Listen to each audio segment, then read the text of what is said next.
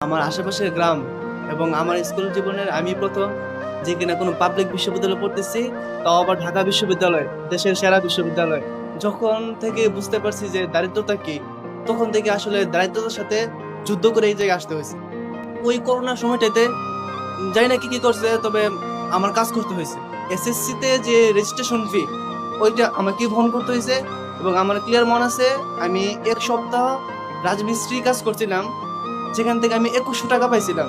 যে টাকা দিয়ে আমি আমার এসএসসির যে রেজিস্ট্রেশন ফি ওইটা দিয়েছিলাম। কারণ আমার খরচ বহন করার মতো যে আমার বাবার সামর্থ্য নাই, নাই বলতে নাই। কারণ আমার যে যতটুকু জমি ছিল ওইগুলা আমি কলেজে আসার আগেই বিক্রি করে সব শেষ। এই ঢাকা বিশ্ববিদ্যালয়ে আসার পরে আমার মনে হয় না যে কেউ এখন টিউশন ছাড়া অন্য কিছু করতেছে। কিন্তু আমি যে ফুড পান্ডাতে রাইডার হিসেবে জয়েন করছি এখানে আসার 1 সপ্তাহ পরে। ঢাকা বিশ্ববিদ্যালয়ের শিক্ষার্থীদের এই টিউশনি পাওয়ার যে বিড়ম্বনা, এটা খুবই কঠিন একটা বিড়ম্বনা। এবং আমি আমার সময় এক লোককে নিজে খাইতে পাইতাম না, এক লোককে 100 টাকা দিয়েছি রেজিস্ট্রেশন, যে টিউশন মিডিয়া, ওইখানে ওই টাকা এখনো পাই না, এই লোকের খুঁজে পাইনি। আমি আমার বাবাকে এ পর্যন্ত 2বার কাঁদিয়েছি, সেটা দুঃখে নয় সুখে। প্রথমবার এসএসসি তে অ্যাপ্রোচ করার পর, দেন এখন দাবিতে চান্স পাওয়ার পরে আমি আমার বাবাকে জড়িয়ে ধরে 2বার কান্না করছি। আসসালামু আলাইকুম, আমি রিফাতুল ইসলাম। আমার কলেজ হচ্ছে ব্রাহ্মণবাড়িয়া সরকারি কলেজ। আমার স্কুল হচ্ছে একটা প্রত্যন্ত গ্রামে, নাম হচ্ছে কুড়িঘর উচ্চ বিদ্যালয়। সবচেয়ে মজার ব্যাপার হচ্ছে আমার আশেপাশের গ্রাম এবং আমার স্কুল জীবনের আমি প্রথম যে কিনা কোনো পাবলিক বিশ্ববিদ্যালয়ে পড়তেছি, তাও আবার ঢাকা বিশ্ববিদ্যালয়, দেশের সেরা বিশ্ববিদ্যালয়।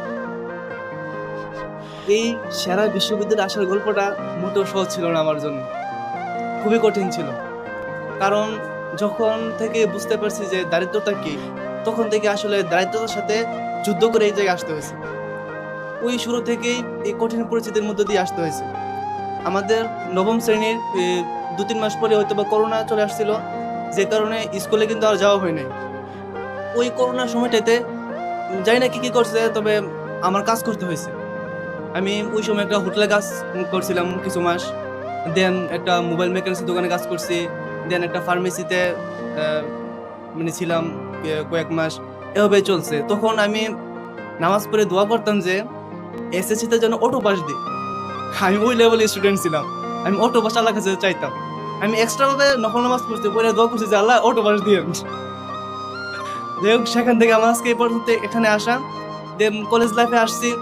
এই এসএসসি তে যে রেজিস্ট্রেশন ফি, ওইটা আমাকে বহন করতে হয়েছে। এবং আমার ক্লিয়ার মনে আছে, আমি 1 সপ্তাহ রাজমিস্ত্রি কাজ করছিলাম, যেখান থেকে আমি 2100 টাকা পাইছিলাম। যে টাকা দিয়ে আমি আমার এসএসসির যে রেজিস্ট্রেশন ফি ওইটা দিয়েছিলাম। এভাবেই আস্তে আস্তে ফাইট করতে করতে এখানে আসতে হয়েছে।